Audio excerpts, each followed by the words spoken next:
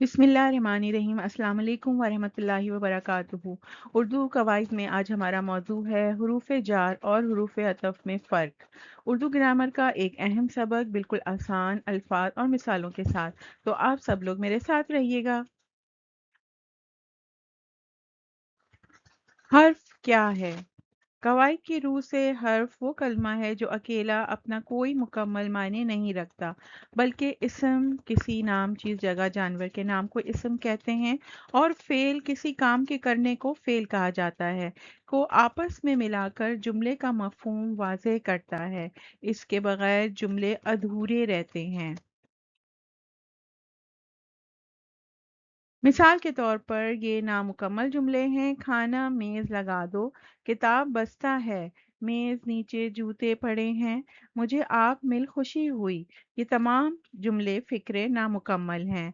अगर हम इनके साथ खाना मेज़ पर लगा दो, किताब बस्ते में है, मेज़ के नीचे जूते पड़े हैं, मुझे आपसे मिलकर खुशी हुई, इन तमाम हरूफ की मदद से जुमले मुकम्मल हुए हैं।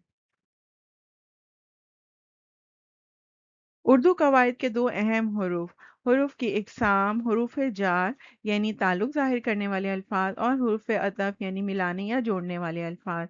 बज़ाहिर ये दोनों अल्फाज को जोड़ते हैं, लेकिन उर्दू कवायद में इनका काम बिल्कुल मुख्तलिफ है। हरूफ जार वो अल्फाज जो किसी इस्म या ज़मीर का ताल्लुक जुमले के दीगर अल्फाज या फ़ेल के साथ ज़ाहिर करते हैं, उन्हें हुरूफ जार कहा जाता है, जैसे का, की, के, को, तक, से, पर, मैं, ऊपर, नीचे, के साथ, की तरफ, के लिए। हुरूफ जार वो अल्फाज होते हैं जो किसी इस्म या ज़मीर का ताल्लुक जुमले के दीगर अल्फाज या फ़ेल के साथ ज़ाहिर करते हैं। उर्दू में ये अल्फाज अमूमन इस्म के बाद आते हैं। अहम मकसद इनका ये है कि ये ताल्लुक, जगह, सिमत या मलकियत बताते हैं। हुरूफ जार का, के, में, पर, से, तक, को, नीचे, ऊपर होते हैं। मिसालें इसकी हैं: किताब मेज़ पर रखी है, किताब और मेज़ के ताल्लुक की वजाहत की गई है। अली स्कूल से आया है, जगह और सिमत के ताल्लुक की वजाहत की गई है। ये अहमद का कलम है, यानी मलकियत का ताल्लुक बताया गया है।